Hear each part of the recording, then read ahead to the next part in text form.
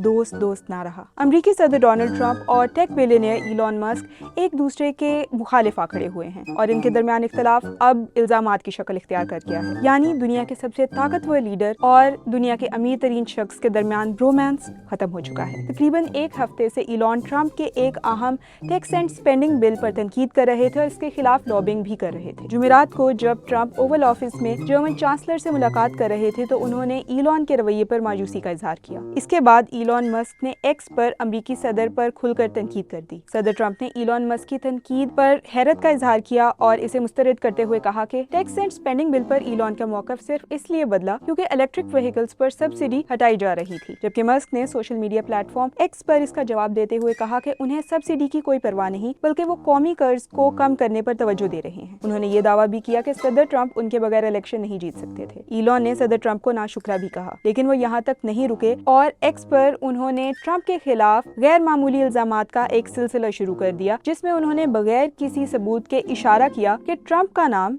Sex offender Jeffrey एप्स्टाइन से मुतल्लिक unreleased files या गैर जारी शुदा फाइलों में भी शामिल है। ट्रंप ने भी मुतअद्दिद बार जवाब दिया और कहा कि he just went crazy और उन्हें एडमिनिस्ट्रेशन से निकाल दिया गया है। उन्होंने ये भी धमकी दी कि हुकूमत इलॉन की कंपनियों के साथ मुआहदे मनसूख कर सकती है। इस लड़ाई के दौरान टेस्ला के स्टॉक्स की कीमत में 14% कमी आई, जिससे कंपनी की मार्केट वैल्यू 1 ट्रिलियन से कम हो गई। ये पब्लिक फ्यूड उस वक्त सामने आया जब इलॉन मस्क ने गुज़िश्ता हफ्ते सरकारी ओहदा बाज़ाब्ता तौर पर छोड़ दिया, जहां वो डोज के जरिए गैर जरूरी इखराजात कम करने के जिम्मेदार थे। इलॉन मस्क ने एक्स पर लिखा, ट्रंप के पास सदर के तौर पर 3.5 साल बाकी हैं, लेकिन मैं 40 साल से ज्यादा अरसे तक रहूंगा।